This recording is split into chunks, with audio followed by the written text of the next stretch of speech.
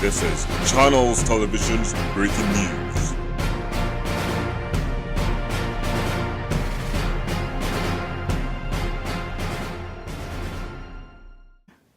Good morning, Betty Sampson here, just in with breaking news. Brett Kavanaugh has been confirmed and sworn in today as Supreme Court Justice, with divided senators voting 50-48 to endorse a lifetime seat on the court for Kavanaugh. This is a huge victory for Donald Trump after a vicious battle against his confirmation was fought in light of allegations of sexual assault against Kavanaugh by Dr. Christine Ford. I'm here today joined by Penny Tenzin, an expert professor of feminist jurisprudence at the University of Harvard, to give her thoughts on the confirmation of Kavanaugh. Good morning, Penny. How are you? Thank you, Betty. I'm good. Can you please explain to me what feminist jurisprudence is? Sure, Betty. Feminist jurisprudence, which is also known as the feminist legal theory, is an established philosophy in law based on the social, political, and economic inequalities of sexes. It first emerged in the 1960s as a field of legal studies, and proponents of this theory, like myself, believe that history is written through a male perspective and that the role of women contributing to society are often undermined or forgotten. So, in the simplest terms, feminist jurisprudence is based on the belief that the law has been a fundamental factor in the historical oppression of women. How is this relevant to this case? It is absolutely relevant to this case. The legal system has continued to oppress and undermine the contributions of women to society throughout history, and now Brett Kavanaugh, a man under allegations of sexual assault and misconduct by Dr. Christine Ford, holds one of the most important roles within that system. And as a follower of the philosophy, what are your personal opinions on the confirmation? I think his confirmation proves the systemic injustices against women, especially in the judicial systems, that feminist jurisprudence has been recognizing since its discovery. He is now a Supreme Court justice, and he will have the responsibility of holding people accountable for their actions. But how can he do that when he himself is accused of sexual misconduct against a woman? And what does that say for the future victims of sexual assault that will be judged by him as a Supreme Court justice? So would you say that feminist jurisprudence agrees with natural law? In the sense that law should be derived from morality rather than for political gain and power?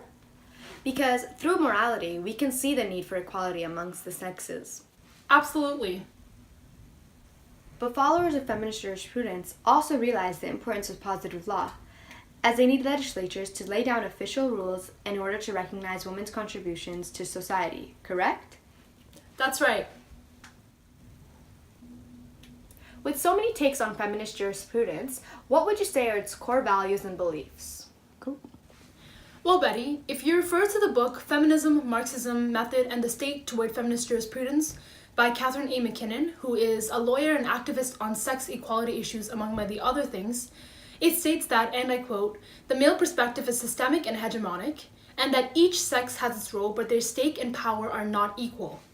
This, in summary, is the foundation of beliefs that feminist jurisprudence runs on. Men and their perspectives have always held more value in history, and law plays an enormous role in contributing to the gap of inequality between the sexes. For my take on feminist jurisprudence, I would say that this philosophy has helped change the way legislators and judges look at issues regarding sexual assault, reproductive rights, and divorce. It has also increased people's awareness of the inequalities of gender and race within the legal system. However, some weaknesses that I would like to point out is that it often revolves highly around issues and opinions of white cisgendered women and less on minorities. For example, the indigenous women didn't get the right to vote until 1967. Some others might say that it has changed the legal system to be somewhat in favor of women in regards to cases around sexual harassment and domestic violence, which goes against gender equality.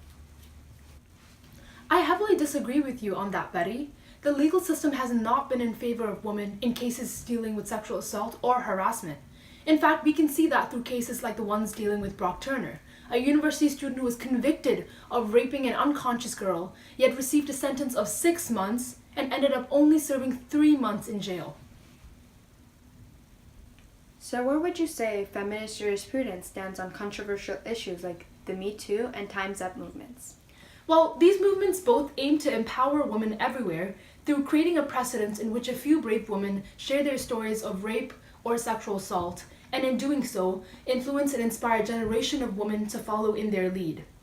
Based on the philosophy of feminist jurisprudence, recognizing the subordination of women throughout history, I believe proponents of feminist jurisprudence would support both the Me Too and Time's Up movements. Feminist jurisprudence aims to balance out the institutional inequalities between sexes through the creation of laws which protect and value women. This philosophy's very foundation is based on acknowledging the oppression of women, so it would be highly unlikely that any follower of the feminist jurisprudence would be against the Me Too or the Time's Up movements. I agree with you on that. Feminist legal theory definitely supports the idea of civil disobedience because there have been protests in the past regarding women's rights and equality. Feminists often use civil disobedience as a tool to gain publicity, garner as much support as possible, and to eventually take a step forward to end an unjust law. Feminist jurisprudence is a theory that fights for the equality among the sexes, and in that fight for equality, rules have known to be broken in order for their ideas and messages to be heard. An example is the famous suffrage movement of the early 20th century, where women were fighting for the right to vote by marching, going on a hunger strike, and burning down unoccupied houses. Events like these were very successful in getting women the rights they deserved, and they helped demonstrate how strong women can be, especially when they come together. Yes, Betty, I'm 100% with you on that. Our time is running out. I'm just curious about one thing. How would feminist jurisprudence define true justice? Well, justice is commonly defined as fairness and moral rightness. And through the lens of feminist jurisprudence, justice would simply mean that the law recognizes the contributions of women to society, and that women are given equal opportunities as men. Our concept of justice will also include the female perspective in the storytellings of history, therefore ensuring that female voices are not erased. Feminist jurisprudence and its definition of justice will reject any laws that give men the right to govern over a woman's body and mind. It will ensure the equal power distribution between male and female voices in institutions such as judicial, governmental, educational that run society. So, in summary, followers of feminist jurisprudence would define the concept of justice as a society where women are politically, economically, and socially as equal as men and hold equal value. Alright, that's all the time we have for today. Thanks, Penny, for joining us. And now on to Carl for the weather. To push Hillsdale further south.